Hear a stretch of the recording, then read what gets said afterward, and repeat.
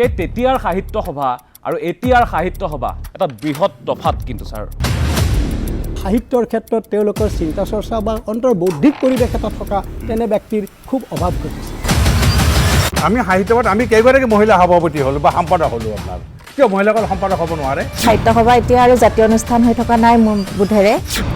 প্ৰধান সম্পাদক উপসভাপতি এই যিটো ষ্ট্ৰাকচাৰ থাকে এই ষ্ট্ৰাকচাৰটো চাব গ'লে 20 বছৰমান একে আছে একেখিনি মানুহে আছে কোনোবাই এক বস্তা কিতাপ লিখিলে সেই বুলিতে অসম সাহিত্য সভাপতি হ'ব লাগিব সাহিত্য সভাৰ ভিতৰত যি মানুহে ৰাজনীতি কৰিছে তেওঁ সেইটো বিধায়কো হৈছে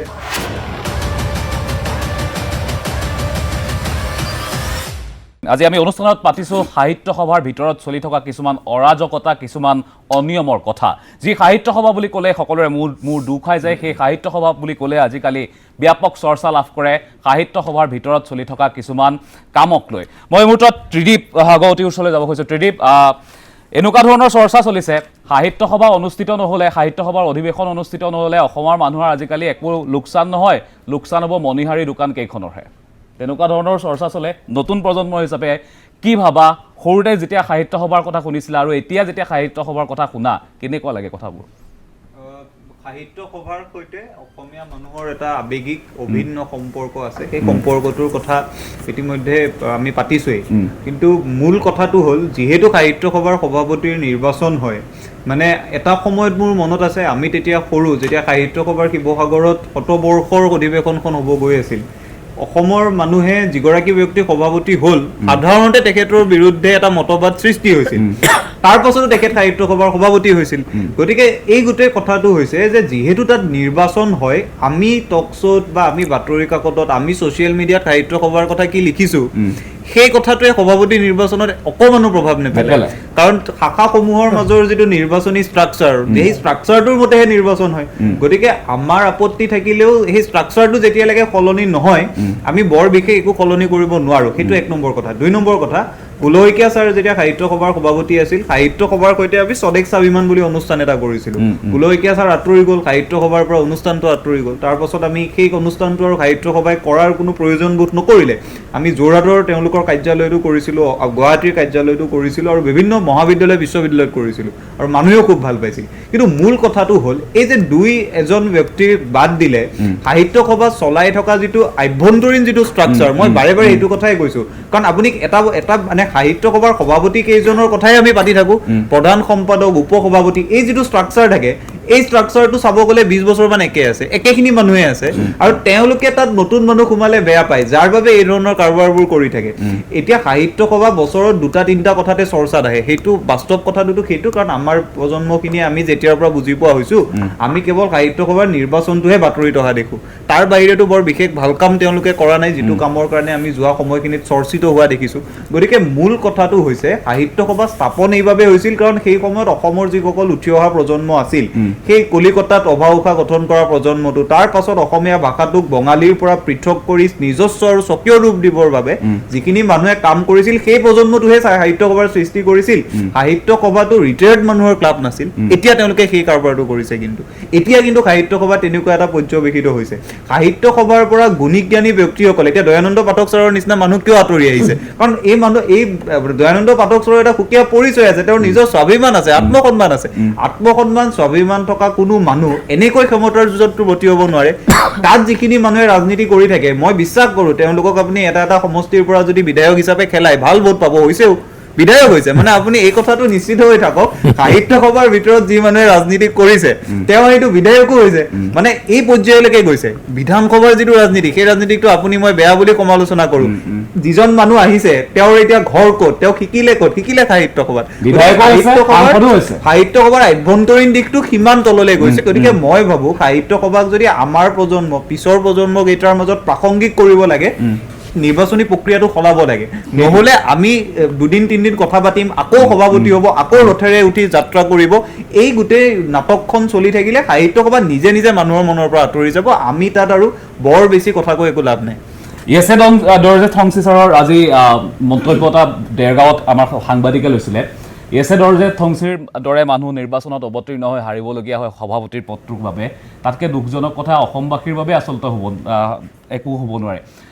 দৰ্জে থংচি ছাৰে আজি কি ক'লে তেওঁ নিজৰ তেওঁ যে এটা ক্ষোভ আছে তেওঁৰ মন্তব্যতে প্ৰকাশ পাইছে এবাৰ মন্তব্যটো শুনাই ল'ব খুজিছোঁ অসম সাহিত্য সভাৰ ইচ্ছা অসমৰ ৰাইজৰ ইচ্ছা আমাৰ তাত মাত মাতিবলগীয়া একো নাই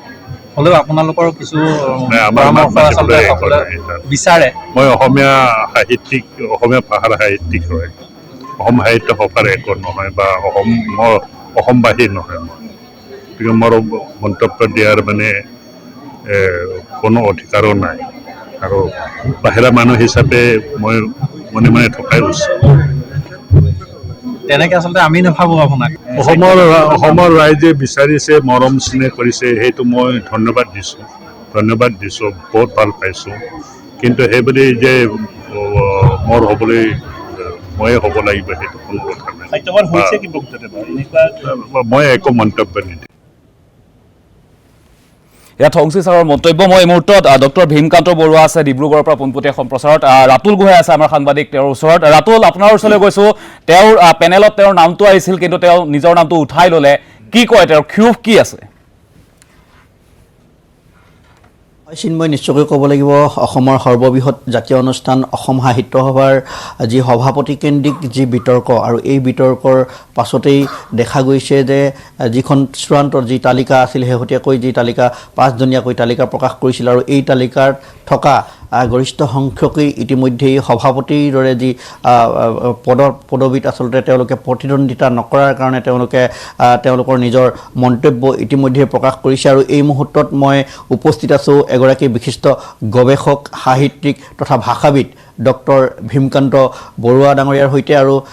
যিহেতু ক'ব লাগিব যে তেখেতৰ এই 5জনীয়া তালিকাত অসম সাহিত্য সভাৰ সন্মানীয় সভাপতিৰ এই 5জনীয়া তালিকাত তেখেতৰ নামটো ইতিমধ্যেই সন্নিৱিষ্ট হৈছিল আৰু তেখেতে ইতিমধ্যেই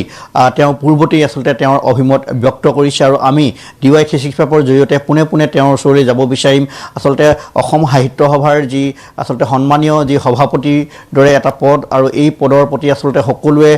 এটা মনৰ আচলতে এটা ইচ্ছা থাকে আৰু এই মনৰ ইচ্ছা থকাৰ পাছতো কিন্তু শেহতীয়াকৈ যি অসম সাহিত্য সভাৰ যি বিভিন্ন বিতৰ্কৰ সৃষ্টি হৈছে আৰু এই বিতৰ্কৰ পাছত দেখা গৈছে এজনৰ পিছত এজনকৈ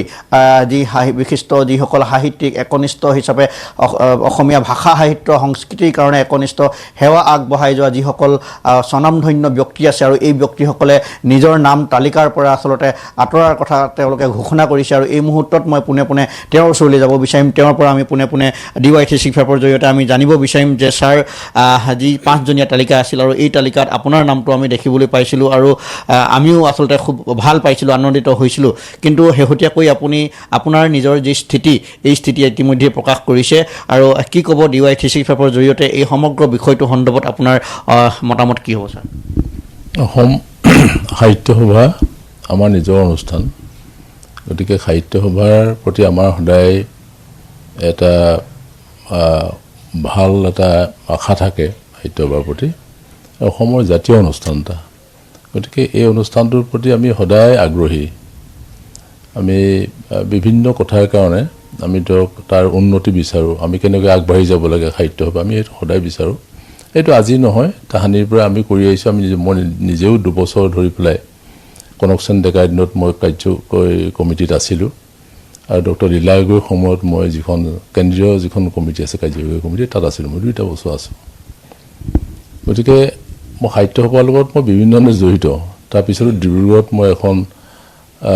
যেতিয়া অধিৱেশন হৈছিলে তেতিয়া অভিলেখ নামৰ এখন গ্ৰন্থও মই সম্পাদনা কৰিছিলোঁ আৰু তদুপৰি তাৰ যিবিলাক পত্ৰিকা আছে পত্ৰিকাত লিখিছিলোঁ গতিকে সেইটো আমাৰ নিজৰ অনুষ্ঠান গতিকে সেই অনুষ্ঠানটোৰ সদায় আমি সহযোগিতা কৰিবৰ কাৰণে আমি আছোঁ আৰু এতিয়া আমি যেতিয়া এখন চিঠি পালোঁ কেন্দ্ৰীয় সমিতিৰ পৰা প্ৰধান সম্পাদক মহোদয়ৰ চিঠি সেই চিঠিখনত আমাৰ নামটো তাতে 5জনীয়া এখন তালিকাত আছে বুলি গম পালোঁ অৱশ্যে বাকী কোন কোন আছে এতিয়া গম পোৱা নাছিলোঁ কিন্তু আপোনাসকলৰ যিবিলাক মাধ্যম আছে মানে যিবোৰ প্ৰিণ্ট মিডিয়াই হওক বা ধৰক ইলেক্ট্ৰনিক মিডিয়াই হওক এইবিলাকৰ পৰা আমি গম পালোঁ যে আৰু কেইজনমান নাম আছে সেইবোৰ মই গম পোৱাৰ আগতেই আচলতে মোক যেতিয়া সুধিছিলেহি আহি পেলাই আমাৰ হেৰিসকলে তেতিয়া মই ইচ্ছা নাই বুলি কৈছিলোঁ ইচ্ছা নাই আৰু পিছতো মই সেইটোৱে কথা কৈছোঁ যে ইচ্ছাটো নাই আৰু মই সেই সম্পৰ্কে মই জনাইছোঁ আমাৰ প্ৰধান সম্পাদকক ইতিমধ্যে এই চিঠিখন উত্তৰ দি পেলাই মই জনাইছোঁ যে মই মোৰ কোনো ধৰণৰ হেৰি নাই, মোৰ অনুমতি নাই, নামটো তাত কৰ্তন কৰি দিলে মই ভাল পাম, কিন্তু মই সভাৰ লগত কাম কৰিবৰ কাৰণে সদায় প্ৰস্তুত আছোঁ আৰু মই সাহিত্য সভাৰ সভাপতি নহ'লেও সাহিত্য সভাৰ বাহিৰত থাকিও সাহিত্য সভাৰ কাম বহুত কৰিব পাৰি। গতিকে হয়তো মই ইমান দৌৰা-দৌৰি কৰিব হয়তো সম্ভৱ নহ'ব মোৰ কাৰণে, বিভিন্ন কথা ব্যক্তিগত কথা কিছুমান আছে। গতিকে সেইবোৰ কথাৰ কাৰণে মই আচলতে মোৰ একান্ত ব্যক্তিগত কাৰণতে মই সেইখিনি অনিচ্ছা প্ৰকাশ কৰিলোঁ। তাৰ কাৰণে সভাৰ মই ধন্যবাদ জনাইছোঁ যে সভাৰ যিসকল সন্মানীয় যিখন উচ্চস্তৰীয় কমিটিৰ হেৰি আছে সদস্য আছে তেখেতসকলৰ প্ৰতি আৰু আমাৰ সভাৰ প্ৰতি যিসকল তাৰ শুভাকাংক্ষী আছে তেখেতসকলে ভাল ভাবিয়েই নিশ্চয় নামটো দিছিলে, কিন্তু মই আচলতে নিজে যেতিয়া গ্ৰহণ কৰিব পৰা নাই, মই অতি দুখিত যে মই গ্ৰহণ কৰিব পৰা নাই বস্তুটো সেই মুহূৰ্তত। হয়তো মানে এনেকুৱা হ'লহেঁতেন যে মই এতিয়া এই মুহূৰ্তত গ্ৰহণ কৰিব নোৱাৰোঁ। তাৰমানে এই মুহূৰ্তত মানে মই ধৰক এতিয়া যিটো মোৰ অলপ বয়সো হৈছে অকণমান, গতিকে সেই ক্ষেত্ৰত অলপ দৌৰা ধুপৰা কৰা বিভিন্ন ধৰণৰ কথা আহিব, যিবোৰ কথাৰ কাৰণে মই ইমান সক্ষম নহয় যে দৌৰ মাৰিব পাৰিম ক'বলৈ। গতিকে সেই বিভিন্ন কাৰণতে মই আচলতে সেই ব্যক্তিগত কাৰণৰ ভিতৰত বহুত কাৰণ আহিব, তাৰ ভিতৰত সেইটোও এটা। গতিকে মই ধন্যবাদ জনাইছোঁ অসম সাহিত্য সভাক যে সেই প্ৰস্তাৱটো দিয়াৰ কাৰণে আৰু শুভাকাংক্ষীসকলে সেই প্ৰস্তাৱটো দিয়াৰ কাৰণে ধন্যবাদ জনাইছোঁ। অসম সাহিত্য সভা যিখিনি আছে সকলোকে ধন্যবাদ জনাইছোঁ। ধন্যবাদ জনাইছোঁ। ৰাতুল, পুনৰ যাওঁ আপোনাৰ ওচৰলৈ। মই ডক্টৰ ভীমকান্ত বৰুৱা ডাঙৰীয়াই কৈছে কথাখিনি, তেওঁৰ ব্যক্তিগত কিছুমান কথা আছে বুলি। ইতিমধ্যে মই উমেশ ডেকা ছাৰ আপোনাৰ ওচৰলৈ আহিছোঁ। অনুৰাধা শৰ্মা পূজাৰীয়ে কৈছে যে যিখন তালিকাত যিখন পেনেল 5জনীয়া পেনেল তৈয়াৰ কৰা হৈছিল, সেই পেনেলখনত তেওঁ সেই লোকসকলৰ লগত তেওঁ থাকিব নোখোজে, কিয় তেওঁৰ অভিজ্ঞতা নাই। অনুৰাধা শৰ্মা পূজাৰীয়ে সেইটো কথা কৈছিল। গোবিন্দ প্ৰসাদ শৰ্মাই ক'লে যে মই নিৰ্বাচনৰ কাৰণে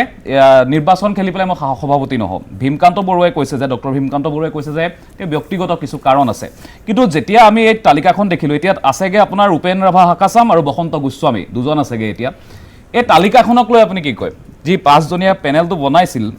উপেন ৰাভা হাকাচাম আছে, বসন্ত গোস্বামী আছে, তিনিজন আঁতৰি গ'ল। কিয় আঁতৰি গ'ল? হয়, ভীমকান্ত বৰুৱাৰ ভাষ্য শুনিছোঁ, যদিও কৈছে তথাপি এটা কথা ঠিক যে এই যিটো নিৰ্বাচনী প্ৰক্ৰিয়া, সেই নিৰ্বাচনী প্ৰক্ৰিয়াটোৱে তেওঁক আত্মসন্মানবোধ লাঘৱ কৰিব পাৰে, আৰু সেইকাৰণে বোধহয় তেখেতে সেইটো আঁতৰি আছে, কাৰণ এই নিৰ্বাচনী প্ৰক্ৰিয়া তেওঁ প্ৰত্যক্ষ কৰিছে। দ্বিতীয়তে গোবিন্দ প্ৰসাদ শৰ্মা ছাৰৰ দৰে বৰ্ষীয়ান ইমান অভিজ্ঞ আৰু ইমান নমস্য ব্যক্তি এগৰাকীয়ে তেওঁ নিৰ্বাচন খেলি সভাপতি হ'বৰ কাৰণে তেওঁ নিবিচাৰিব, স্বাভাৱিক এইটো, কাৰণ তেখেত আমাৰ নিজৰে শিক্ষাগুৰু আছিল। আমাৰো বয়স হৈছে 70 বছৰ পাৰ হৈছে, কিন্তু আমাৰ নিজৰ শিক্ষাগুৰু। আৰু দ্বিতীয়তে মই অনুৰাধা শৰ্মা পূজাৰীৰ কথা কৈছোঁ যে তেখেতে এটা কথা কৈছে যে আচলতে তেওঁ অলপ নিজৰ লেখা পঢ়া আছে, অন্য আছে, কিন্তু হ'লেও মই ভাবোঁ যে ইয়াৰ পৰোক্ষ কাৰণ এটা থাকে যে এনেকৈ নিৰ্বাচন খেলি ইমানবোৰ জ্যেষ্ঠজন থাকোঁতে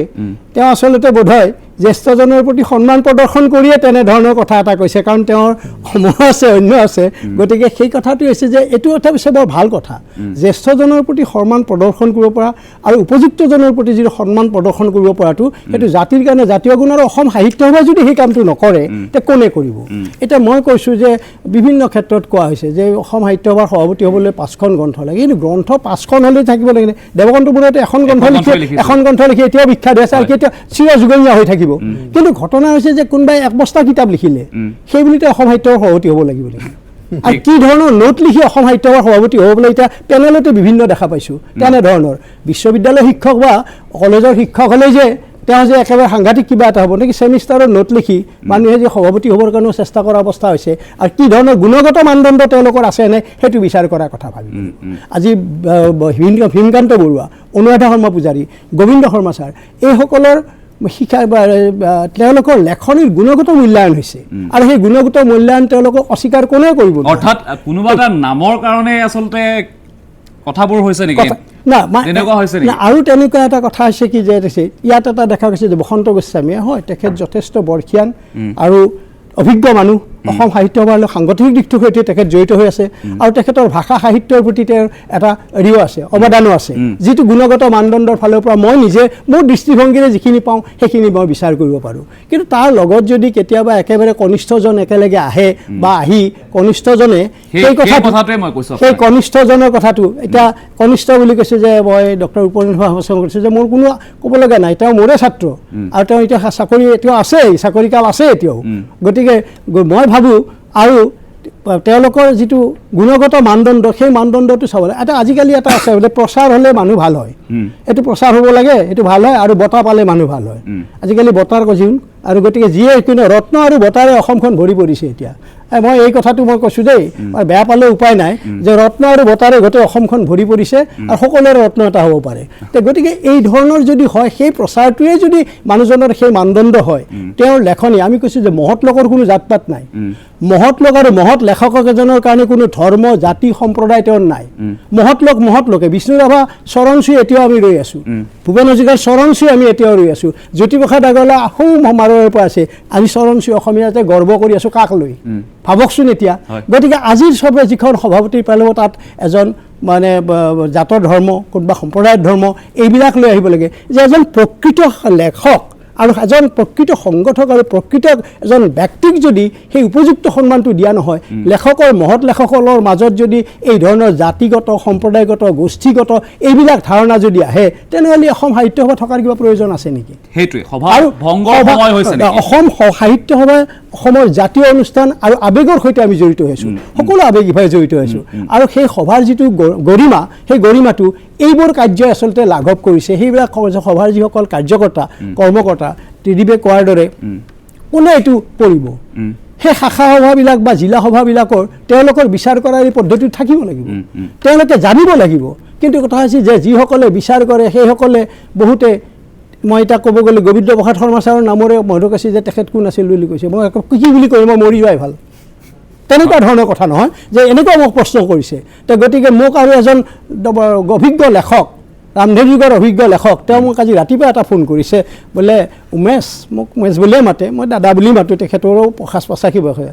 বোলে এতিয়া নোট লিখিলেও সভাপতি হ'ব পাৰি আৰু সাহিত্যিক হ'ব পাৰি কথা নাই মই কৈছোঁ যে দাদা মই কি বুলি ক'ম আপোনাক কেনেধৰণে ক'ম মই ক'ব নোৱাৰোঁ গতিকে কথা যে মন্তব্য দিব নোৱাৰোঁ কাৰণ কথা হৈছে কি মই এতিয়া বিভিন্ন ক্ষেত্ৰতে জড়িত হৈ আছোঁ আৰু মই সভাক বেয়া বুলিও ক'ব নোৱাৰোঁ কাৰণ মই কৈছোঁ যে মোৰ পিতৃ সেইখন সভাৰ সভাপতি আছিল কিন্তু তেওঁলোকৰ সময়ত যিটো দেখা পাইছিলোঁ সন্মান সেই সন্মান যিটো গৰিমা সেই গৰিমাটো আচলতে মই কি জানে এতিয়া দেখিছোঁ যে সি বহু পৰিমাণে হিত হৈছে একমাত্ৰ কি হৈছে কৰ্মকৰ্তাসকলৰ এই যিটো স্থিতি আৰু যিসকল এখন উচ্চস্তৰীয় সমিতিয়ে সভাপতি পেনেলখন কৰিছে তেওঁলোকৰ নিজৰ বিবেচনা নাই নেকি তেওঁলোকৰ সেই বিবেচনাখিনি থকা দৰকাৰ আছিল ভৱিষ্যতে তেওঁলোকৰ মতিগতি সলনি হওক আৰু মতিগতি সলনি হৈ সভাখনক সভা হিচাপে থাকিব লাগিব পেনেলটো আচলতে পেনেলখন তৈয়াৰ কৰাৰ আগতে আচলতে বৰ আৰু এটা খেল চলি আছিল সেই খেলটোৰ বিষয়ে সংবাদ মাধ্যমত প্ৰকাশ হ'ল তাৰপিছতে হাইঠা মাটিত পৰিল অসম সাহিত্য সভা ভংগৰ সময় হৈছে নেকি অসম সাহিত্য সভাৰ সংবিধান সংশোধন কৰিবলগীয়া হৈছে নেকি আজি এই সন্দৰ্ভত অসম সাহিত্য সভাৰ প্ৰাক্তন উপসভাপতি প্ৰহ্লাদ চন্দ্ৰ ত্ৰাছাই কিছু মন্তব্য কৰিছে এবাৰ শুনি লওক অসম সাহিত্য সভাৰ সৰ্ববৃহৎ জাতীয় অনুষ্ঠান তাত আৰু দ্বিমত নাই ই আমাৰ আৱেগৰ সৈতে জড়িত আমাৰ হৃদয়ৰ সৈতে জড়িত অনুষ্ঠান সেইকাৰণে ৰাইজে সময়ে সময়ে এনেধৰণৰ কথাবিলাকত প্ৰতিক্ৰিয়া প্ৰকাশ কৰে গতিকে এইবাৰো নিৰ্বাচন কেন্দ্ৰিক কিছু কথাৰ কাৰণে ৰাইজ সৰব হৈছে এই ক্ষেত্ৰত সাংবাদিকসকলেও গুৰুত্বপূৰ্ণ ভূমিকা গ্ৰহণ কৰিছে তাক ধন্যবাদ কিন্তু সংবিধানখন পৰিচালিত হয় এখন সংবিধানৰ দ্বাৰা আৰু সংবিধানৰ যিটো বিধি ব্যৱস্থা লিখিত ৰূপত আছে সেইমতেহে সংবিধান সাহিত্য সভাৰ কাম কাজ চলে গতিকে সংবিধানত যি আছে সেইমতে নিৰ্বাচনী কাম কাজ আগবঢ়াই দিয়া হৈছে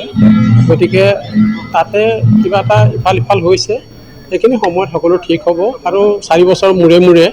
সংবিধান সংশোধনৰ ব্যৱস্থা আছে গতিকে ইয়াত ত্ৰুটি বিচ্যুতি কিবা যদি ৰৈ গৈছে 4 বছৰৰ পিছত সংশোধন কৰি ৰাইজে বিচৰা ধৰণে ব্যৱস্থা কৰা হ'ব আচলতে অসম সাহিত্য সভাৰ সভাপতিগৰাকী সৰ্বোচ্চ পদাধিকাৰী কেৱল এটা জাতীয় অনুষ্ঠানৰ পদাধিকাৰীয়ে নহয় জাতীয় জীৱনৰো একেবাৰে শীৰ্ষত থকা ব্যক্তি সন্মানীয় ব্যক্তি গতিকে সেই ব্যক্তিগৰাকী নিৰ্বাচনৰ মাজেদি নানি সৰ্বসন্মতিক্ৰমে যদি তেখেতক সেই মৰ্যাদাপূৰ্ণ আসনত বহুৱাব পৰা যায় মই ভাবোঁ বেছি ভাল কিন্তু এই কথাটো আমি ক'লে নহ'ব, সংবিধানত অন্তৰ্ভুক্ত হ'ব লাগে। এজন আছে 4 বছৰ অন্তৰ হয়ে, তেতিয়া এই কথাটো সেই সময়ৰ কৰ্মকৰ্তাসকলে বিবেচনা কৰি আৱশ্যকীয় সংশোধনী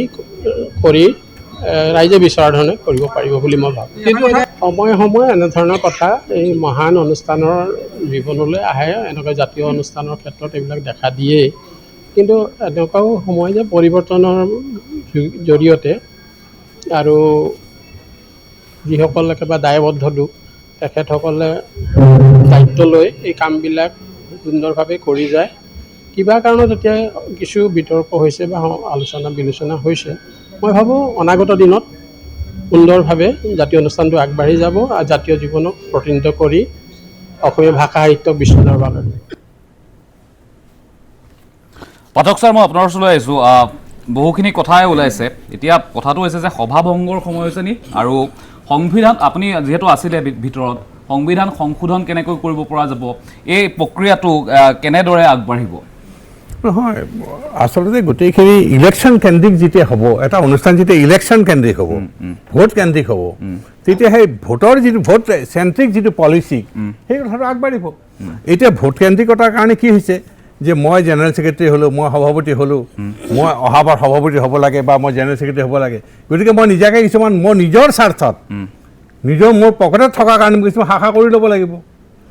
কাৰণ শাখাহে মোক ভোট দিব, ব্যক্তিয়েতো ভোট নিদিয়ে, শাখাই ভোট দিব। গতিকে মই শাখাৰ ক্ষেত্ৰত মই মানে হয় কি কিছু নতুন নতুন মই শাখা বনাই লওঁ, আৰু তেওঁলোকে যদি ধৰক তেওঁলোকে যদি কোনো কণ্ট্ৰিবিউশ্যন নকৰে ফিনান্সিয়েল, মোৰ নিজৰ পকেটৰ পৰাই মই দি দিম তেওঁলোকৰ নামত। কথাবিলাক সেই পলিটিক্সটো কিন্তু চলি আছে এতিয়া, সেই পলিটিক্সটো চলি আছে। আৰু এতিয়া মই দেখিলোঁ যে ধৰক আপুনি ইতিমধ্যে কৈছে যে এখনো গ্ৰন্থ প্ৰকাশ হোৱা নাই, 2 বছৰত এখনো গ্ৰন্থ প্ৰকাশ হোৱা নাই, আৰু গ্ৰন্থ প্ৰকাশ কৰিও এওঁলোকৰ লাভ নাই। কিয় লাভ নাই এইটো কথাটো আপুনি ধৰক, এতিয়া ফণী তালুকদাৰদেৱ তেখেতৰ নিজৰ বাসগৃহ, তেওঁ অসম সাহিত্যভাগ কিমান ভাল পায় আপুনি চাওক, তেখেতৰ নিজৰ বাসগৃহটো যে অসম সাহিত্যভাগ দি গৈছে, ডনেশ্যন দি গৈছে। তেওঁৰ মৃত্যুৰ পিছত যাতে অসম সাহিত্যভাৰ প্ৰপাৰ্টি হয়, গতিকে অসম সাহিত্যভাৰ প্ৰপাৰ্টি হয়, তাত এতিয়া তেওঁলোকে এটা গোদাম এটা কৰিছে কিতাপৰ, আৰু সেই গোদামৰ দৰজা 10 বছৰৰ মূৰত একদিনো নোখোলে আপোনাৰ। গতিকে তাত আপোনাৰ কিতাপবিলাক কি হৈ আছে, কিতাপবিলাক চব আপোনাৰ ভেকুৰি গৈছে, আৰু তাতবিলাক আপোনাৰ এইবিলাক চব উয়ে খাই নষ্ট কৰি পেলাইছে আপোনাৰ। এই অৱস্থা এইটো হ'ল আপোনাৰ এইটো তেওঁলোকৰ অৱস্থা। আৰু মই এটা দেখিছোঁ যে তেওঁলোকৰ সাহিত্য সভাত যিবিলাক আপোনাৰ ফিনান্সিয়েল যিবিলাক ডিলিংছবিলাক কিন্তু খুব ছেটিছফেক্টৰী নহয়। আনকি তেওঁলোকে মই কৰ্ণধাৰ সমিতিত থাকোঁতে এগৰাকী ব্যক্তিক, খুব অভিজ্ঞ ব্যক্তিক, তাত তেওঁ গোটেইখিনি চোৱা চিতা কৰাৰ কাৰণে দায়িত্ব দিলে, আৰু তেওঁ এটা প্ৰাথমিক স্তৰৰ ফাইনেল এটা ৰিপৰ্ট দিয়া নাই, প্ৰাথমিক স্তৰৰ ৰিপৰ্ট এটা দিলে যে এই কথাবিলাক নাই তাত, যে ধৰক এই কথাবিলাক ফিনান্সিয়েল কথাবিলাকত যেনে মই দৰমহা লৈছোঁ, মোৰ এটা চহী ছিগনেচাৰ তাত থাকিব লাগে, তাত ছিগনেচাৰ কোনো বহীৰ ব্যৱস্থাটো তাত নাই, যাৰ যেতিয়া ইচ্ছা তেতিয়া আহিব লাগে, যাৰ যেতিয়া ইচ্ছা তেতিয়া নিব লাগে, ঠিক এই ধৰণৰ কথাবিলাক চলি আছে। গতিকে সেই যেতিয়া কথাখিনি তেওঁ উলিয়ালে আমি শুনিলোঁ, তেতিয়া তেওঁক তাৰ পৰা উলিয়াই দিয়া হ'ল যে আপুনি এইবিলাক কথা সাহিত্যভাৰ এগেইনষ্টত কেলৈ লিখিব আপোনাৰ, তেওঁ আচল কথা নথিখিনি কথাখিনি কৈছে, গতিকে তেওঁক তাৰ পৰা বাদ দিয়া হ'ল। গতিকে এনেধৰণৰ কথাবিলাক যদি চলি থাকে তেতিয়াহ'লে সাহিত্যভাগ ক'ত চলিব আপোনাৰ। গতিকে আৰু কিছুমান মই দেখিছোঁ, আমাৰ হিতেশ ডেকাদেৱ তেখেতৰ পুত্ৰ ইয়াত আছে, উমেশ ডেকাদেৱ, হিতেশ ডেকাদেৱৰ মই ঘৰত অহা যোৱা আছে, তেতিয়া একবাৰ হিতেশ ডেকাদেৱে কি কৰিলে কি, তেওঁৰ পিছত তেখেতৰ সভাপতি হোৱাৰ পিছৰ অৱস্থা এইটো, তাৰ প্ৰায় আপোনাৰ 6-7 বছৰ পিছত এবাৰ হিতেশ ডেকাদেৱক গ্ৰন্থ উন্মোচন কৰাৰ কাৰণে মাতিলে সভাত। তেওঁ 30খন গ্ৰন্থ উন্মোচন কৰিলে, 30 বুকছ। কিন্তু তেওঁৰ ঘৰত মই যেতিয়া যাওঁ তেতিয়া তেওঁ এবাৰ দুখ কৰি ক'লে যে মই 30খন কিতাপ ইয়াত উন্মোচন কৰিলোঁ সভাত, কিন্তু মই এখন কিতাপো দেখা নাপালোঁ। তেতিয়া মই ক'লোঁ যে নহয়, বাৰু মই প্ৰধান সম্পাদকৰ কথাটো ক'ম, সাহিত্যভাৰ প্ৰধান সম্পাদকৰ কথাটো মই দৃষ্টি আকৰ্ষণ কৰিম। মই দুবাৰত প্ৰধান সম্পাদকক ক'লোঁ যে হিতেশ ডেকা ছাৰে তেওঁ কিতাপখিনি উন্মোচন কৰিলে 30খন, কিন্তু তেওঁ এখনো কিতাপ নাপালে। তেতিয়া তাৰে যিখন হেড ক্লাৰ্ক এইজন থাকে তেওঁ অলপ মিচিকে হাঁহিছে, হাঁহি পেলাই মোৰ কাণে কাণে ক'লে, বোলে ছাৰ কিতাপ এখনহে, বাতিপাতকেইটা আহে 30টা বেলেগ বেলেগ, গতিকে তেওঁক দিয়ে কেনেকৈ কিতাপ। গতিকে this is the situation you are passing through. সাহিত্যভাৰ আচলতে এই কথাবিলাক চলি আছে, বাস্তৱ, এইটো হ'ল বাস্তৱ। আৰু এটা মই ইয়াত উদাহৰণ দিব খুজিম, তাৰপিছত 12 পূজীয়া, এইবাৰ যিটো মৰিগাঁও ওচৰত 12 পূজীয়া যিখন আপোনাৰ অধিৱেশন হ'ল, মোক মাতিছে নাটকৰ ওপৰত এটা বক্তৃতা দিয়াৰ কাৰণে। মই নাটকৰ খুব ভালকৈ প্ৰিপাৰেশ্যন কৰি পেলাই তাত গৈছোঁ যে মই নাটকৰ এটা বক্তৃতা দিম। গ'লোঁ যে তাত মাত্ৰ সন্মুখত মাত্ৰ 2জন মানুহ বহি আছে, যি নেকি কোনো নাটকৰেই মানুহ নহয়, 2জন মানুহ বহি আছে, আৰু মূল সভাখনত মাত্ৰ 12জন নে 13জন মানুহ বহি আছে আৰু যিখন বাণিজ্য মেলা হাজাৰ হাজাৰ মানুহ তাত আছে আপোনাৰ গতিকে মই দেখিলোঁ যে এনেধৰণৰ বৌদ্ধিক আলোচনাবিলাক সাহিত্য সভাৰ ভিতৰৰ চৰা এতিয়া নাই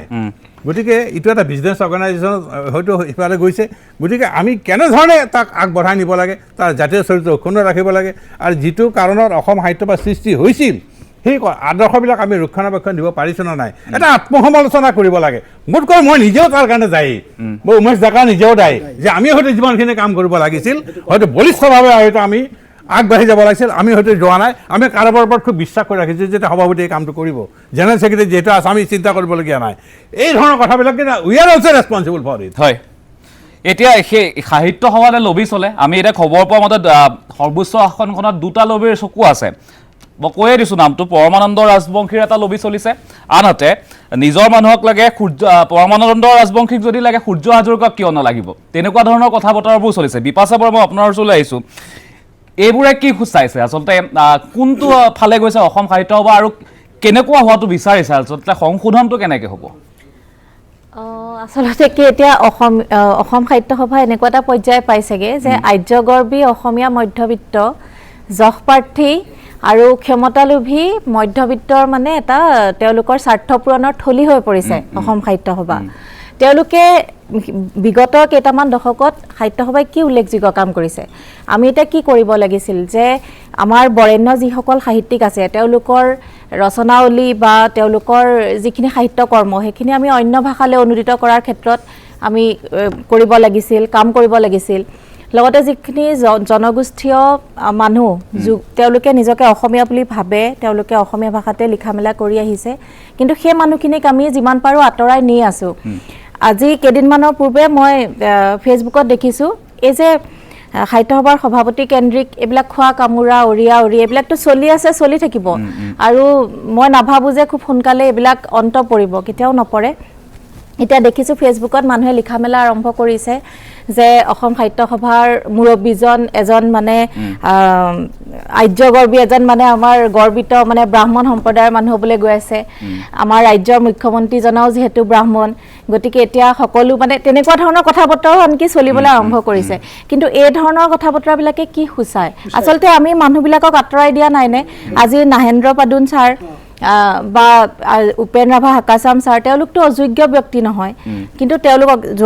যোৱাবাৰ যিটো থংচি ছাৰৰ লগত হ'ল থংচি ছাৰৰ এতিয়া যিটো তেওঁ মন্তব্য দিলে মোৰ দেখি খুব দুখ লাগিছে সেইটোতো হ'বই আৰু যিখিনি আত্মসচেতন আৰু যিখিনি মানে আত্মসন্মান বোধ থকা কোনো সাহিত্যিকে এতিয়া অসম সাহিত্য সভাৰ প্ৰতি আগ্ৰহী নহয় উত্তৰ প্ৰজন্মৰ কথা মই নকওঁৱে ডক্টৰ নগেন শইকীয়াই কৈছে যে সাহিত্য সভাৰ প্ৰাক্তন সভাপতি বুলি ক'লে মই লাজ পাওঁ আজিৰ দিনত তেনেকুৱা ধৰণৰ কথা হৈছে এতিয়া সাহিত্য সভাত ত্ৰিদীপ মই আপোনাৰ ওচৰলৈ আহিছোঁ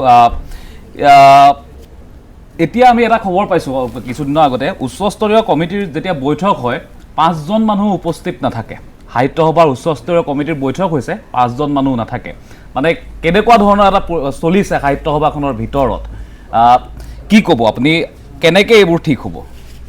নহয় মইতো প্ৰথমতে কৈছিলোঁ যে ষ্ট্ৰাকচাৰটো তেওঁলোকৰ সলনি হ'ব লাগিব ভিতৰৰ গোটেই গাঁথনিটো পৰিৱৰ্তন নোহোৱালৈকে সংবিধানখনো সলনি হ'ব সংবিধানখন যেতিয়ালৈ সলনি নহয় নিৰ্বাচন প্ৰক্ৰিয়াটো সলনি নোহোৱালৈকে একো সলনি নহয় মানে আমি কথা পাতি থাকিম বা